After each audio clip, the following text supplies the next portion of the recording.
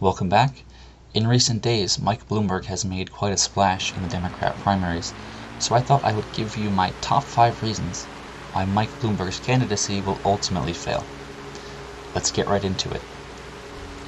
Number 1. Bloomberg has a history of conservative policies that simply do not pull well with a Democrat base.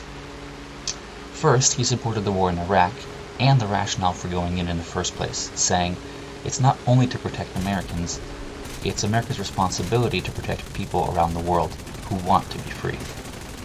He also endorsed President George W. Bush in his re-election in 2004.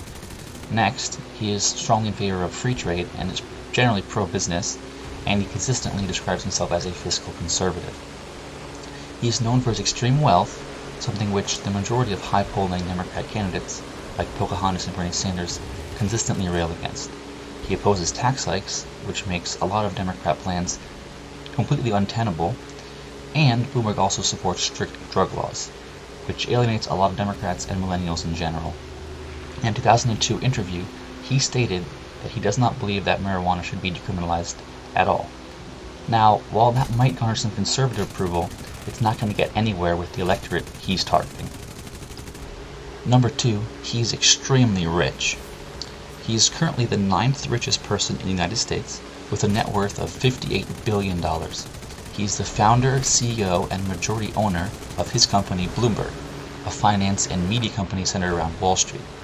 Bloomberg is exactly the kind of person that the ultra-leftist Democrats are conditioned to detest.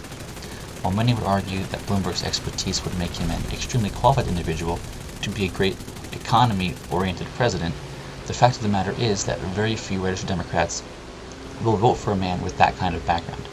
He's also spent an unfathomable amount of money on television ads. From November 24th to December 3rd, he spent $57 million on TV ads alone. That's over 3 times more than Trump's entire re-election committee has spent over the past 3 years, but over just a week and a half. That's simply fodder that the other Democrats running against Bloomberg will use against him. Many have already accused him of trying to buy the primary. Number 3, he is old. He is 77 years old now, and that's 4 years older than President Trump. If Bloomberg were to win the 2020 election, his inauguration would fall just before his 79th birthday, whereas Trump was inaugurated at age 70. Those nearly 9 years make a huge difference.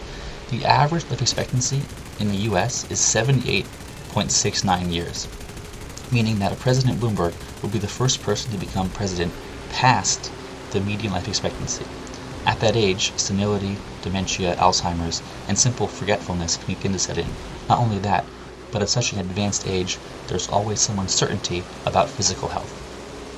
I find it unlikely that a large portion of Americans will vote for a man so much older than them. Number 4, he's single, and in a very peculiar circumstance when it comes to marriage. He divorced his wife in 1993, but has lived with another woman outside of marriage since 2000. In an interview on December 6th, Gayle King from CBS asked, "I want to get into a couple of personal issues because you'd be the first modern-day single president. But we all know in New York you're not an eligible bachelor. Your significant other, Diana Taylor, is a very accomplished, highly respected, highly admired woman. Would she be our de facto first lady? Is she playing a role in your campaign?" To which Bloomberg replied, "She's playing a role in the campaign, number 1. Number 2, we've only been living together for 19 years, and I think it's fair if I can speak for her as well. Neither of us have any plans to change." To the question, would she be our de facto first lady, Bloomberg replied, "Oh yeah, of course." Well, I don't think that kind of situation resonates with the average American voter, especially when you compare it against Trump, who has always portrayed a strong sense of family values and brings his wife everywhere. In the case against Vice President Mike Pence, that ideal is even more prevalent. I would also like to point out that 14% of Americans believe it's never acceptable for partners to cohabitate, that is, live together before marriage, and another 16% believe it's only acceptable if they plan to eventually get married. Bloomberg is in neither of those categories, so he's already dismissing 30% of the American population as potential voters. Number 5, like it or not, he's Jewish, and the only Jewish American to ever receive a single electoral vote for president in the history of our country was Bernie Sanders in 2016, and that was somebody making a statement against the establishment. Not to mention that Sanders is a secular Jew, whereas Mike Bloomberg is practicing.